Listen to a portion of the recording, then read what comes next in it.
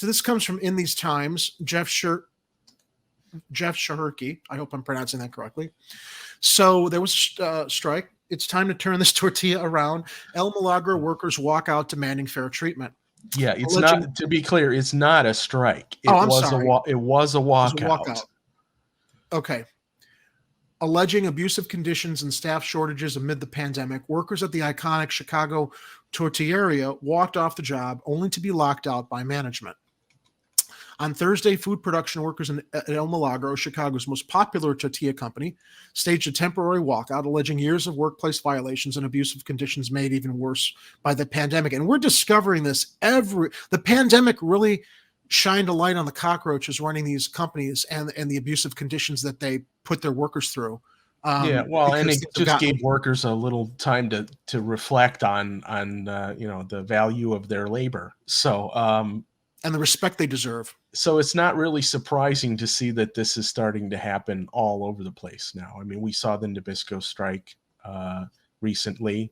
I think what was the other one that who recently? I think the Oreo cookie manufacturer, or was it the same strike? I think they've been on strike a couple times. Yeah, produces Oreo. Yeah. Okay. So this one's a little closer to home. And this is why people aren't going back. For all of the businesses complaining they can't get people to come back to work. Well, maybe if it paid people a little bit more and made more humane working conditions, they would come back. And to everybody that I'm not going to identify them, but I have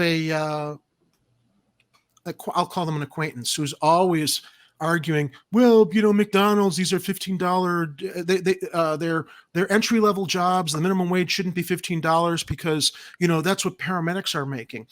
I don't know what paramedics make, but if paramedics are making between $15 and $18 an hour, that means they should be paid more to begin with. Don't sit here and say that the essential workers who were there to serve food to people during this pandemic and deliver when nobody could go to the stores, if any time proved how essential these people are, putting their lives on the line, delivering or preparing food at the height of COVID last year.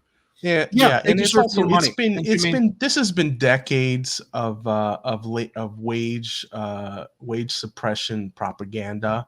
About people working in fast food not deserving to have a living wage. What horseshit! I mean, you can go back to the original living wage law. I believe it was the Fair Labor Standards Act of 1938. And if you look in there is I don't have the graphic in front of me, but I had taken a screenshot of the actual text of the document, and it had basically that a minimum wage was always intended to be a living wage. Now, whether what your definition of living wage is a thriving wage or not it might be open to interpretation, but people can't live on $7.25 an hour. It's insanity. And even the 15 that they've been calling for over the last decade or so is really not enough either. It should be 23. If you were to adjust the living wage or the minimum wage with the cost of living, it should be between $23 and $25 an hour. Some people are saying 44, but I'd be happy with 25. I think 25 is a starting point, and then paramedics should be making 50 or 100, given the fact that they're out there saving people's lives. I mean, that in itself blows me away. I had no clue how underpaid paramedics are. First responders, they'll charge you $100 a block. The company that owns the ambulance will charge you $100 a block to get you to the hospital, and they're paying the paramedics that are in those vehicles $15 an hour, if I'm understanding it correctly. That ain't right. Insane. Well, back to El Milagro. Yes. I may have read this, but let me catch up again. On Thursday, food production workers at El Milagro, Chicago's most popular tortilla company, staged a temporary walkout, alleging years of workplace violations and abusive conditions made worse by the pandemic.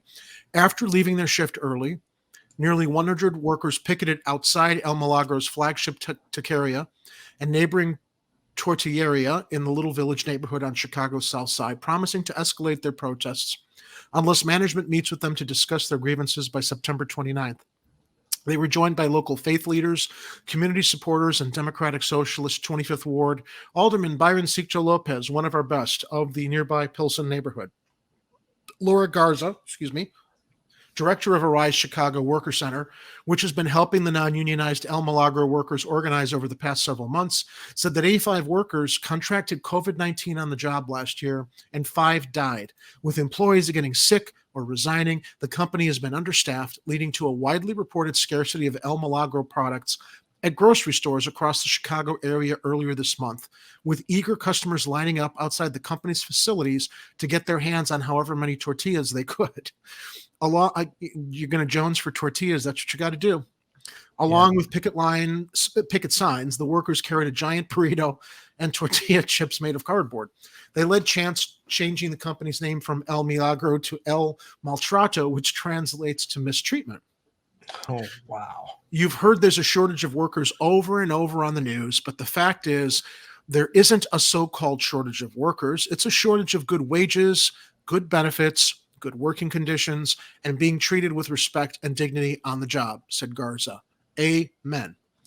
The Worker Center also recently helped organize non-union food production employees at the popular Portillo's restaurant chain who staged Portillo's. I'm sorry.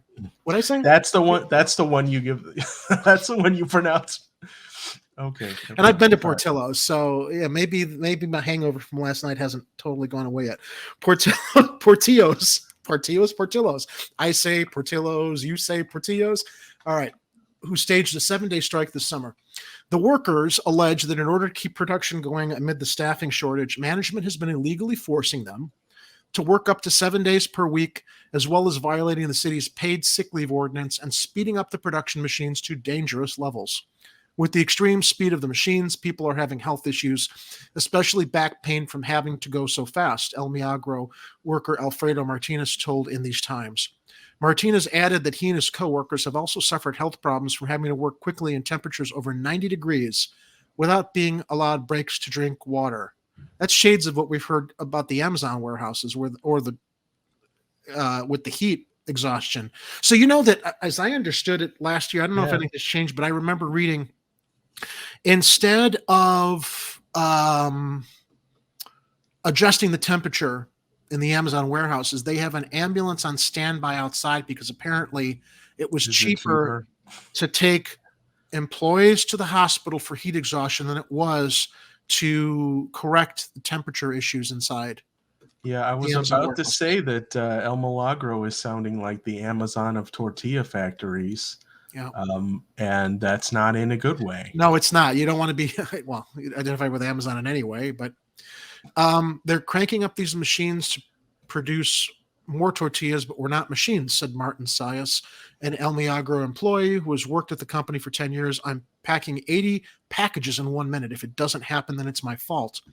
The workers also claim that management is advertising new job openings at $16 an hour, higher than what workers who've been at the company for years make. Of course, you wouldn't want to reward loyalty. You want to get people in that you can abuse as the other ones are on the way out.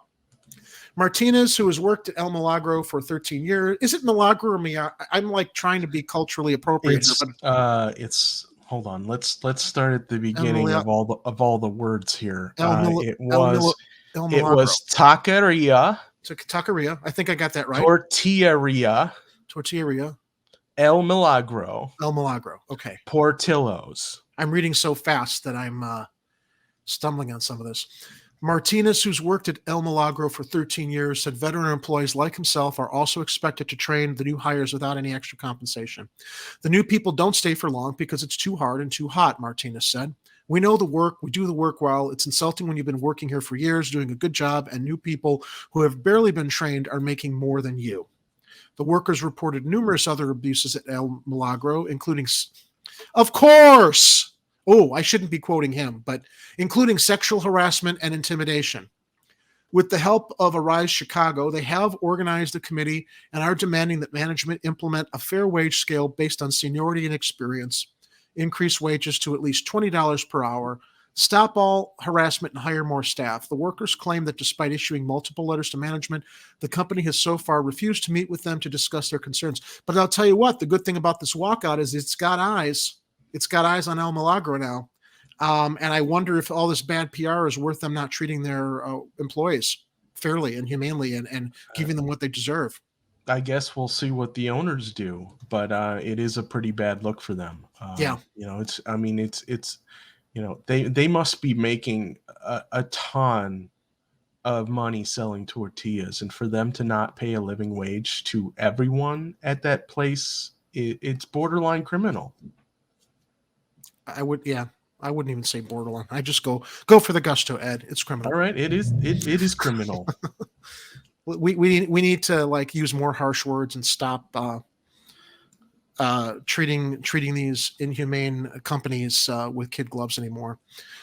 True democracy now. If we need unions to create safe working conditions, it is because our elected officials are not doing their jobs. I think that there's more coming up with a general strike in October. I want to catch up on because I know that there was rumblings of this happening, but I don't know where things are at and how many people across the country are going to sacrifice to take part in it to shut things down.